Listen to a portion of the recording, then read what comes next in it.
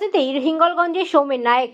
হিঙ্গলগঞ্জে দীর্ঘদিন বিজেপি এবং রাজনীতিবিদ সৌমেন নায়েক তিনি বিজেপির কেন্দ্রের স্বরাষ্ট্রমন্ত্রী অমিত শাহের যে ইস্তেহার প্রকাশ করেছিলেন তার পরিপ্রেক্ষিতে হিঙ্গলগঞ্জের ইস্তেহার প্রকাশ করলেন। যেমন বিজেপি সরকার ক্ষমতায় এলে মায়েদের অন্নপূর্ণা ৩,০০০ টাকা করে দেওয়া হবে, বেকার যুবক যুবতীদের ৩,০০০ টাকা করে দেওয়া হবে, প্রসূতি মায়েদের বাচ্চা হওয়ার সময় ২১,০০০ টাকা করে পাবে।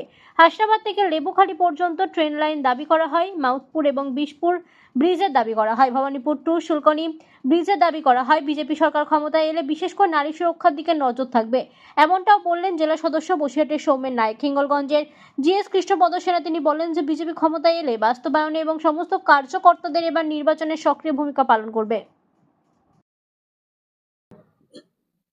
স্বরাষ্ট্রমন্ত্রী অমিত শাহজি আমাদের ইশতেহার দিয়েছে পশ্চিমবাংলার জন্য মায়েদের অন্নপূর্ণা ভান্ডার তৈরি করেছে। লক্ষ্মী ভান্ডার পরিবর্তে ১,৫০০ টাকার পরিবর্তে ৩,০০০ টাকা, এবং যুবক যুবতীদের যে ১,৫০০ টাকা দিদি ভাতা দিচ্ছিল সেটা আমাদের করা হয়েছে ৩,০০০ টাকা যতদিন চাকরি না পাচ্ছে, এবং গর্ভবতী মায়েদের জন্য ২১,০০০ টাকা করা হয়েছে। এছাড়াও আমাদের হাসনাবাদ টু লেবুখালী ট্রেন যাতে হবে সেই প্রকল্প আছে। ওখান থেকে আমরা চেষ্টা করছি শামসারনগর এবং দুলদুলি একটা ব্রিজের দাবি করা আছে, সেটাও আমরা করব। এই এতগুলো ইশতেহার আমরা রেখে দিয়েছি যাতে আগামী দিনে আমরা যদি জিততে পারি এগুলো সম্পূর্ণ আমরা করব। এবং সেই সঙ্গে সঙ্গে মাউথপুর টু বিশপুর একটা ছোট ব্রিজ আছে, সেটাও আমরা দাবি রেখেছি। এবং ভবানীপুর খাঁপুকুর মিলিতভাবে একটাই বিধানসভা এবং বন্যা এলাকার জায়গা, যাতে আমরা সবাইকে সহযোগিতা করতে পারি, ওখানে একটা আমরা ব্রিজের দাবি করেছি।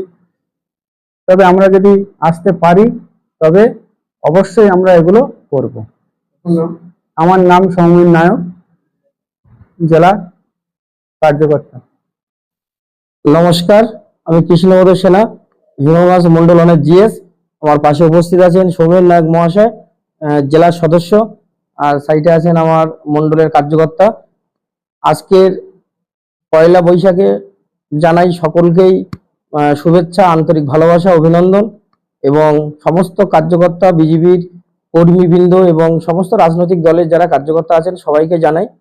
আর এই বার্তা আমি পৌঁছে দিতে চাই আমাদের সকলের তরফ থেকে মোদিজির কাছে, যেন উনি আমাদের এই হিঙ্গলগঞ্জ বিধানসভার দিকে দৃষ্টিভঙ্গি দিক, এবং আগামী দিন আমরা যাতে এই বিধানসভা জিততে পারি সেই পরিকল্পনা এবং সেই সংকল্প নিয়ে আমরা মাঠে নেমেছি।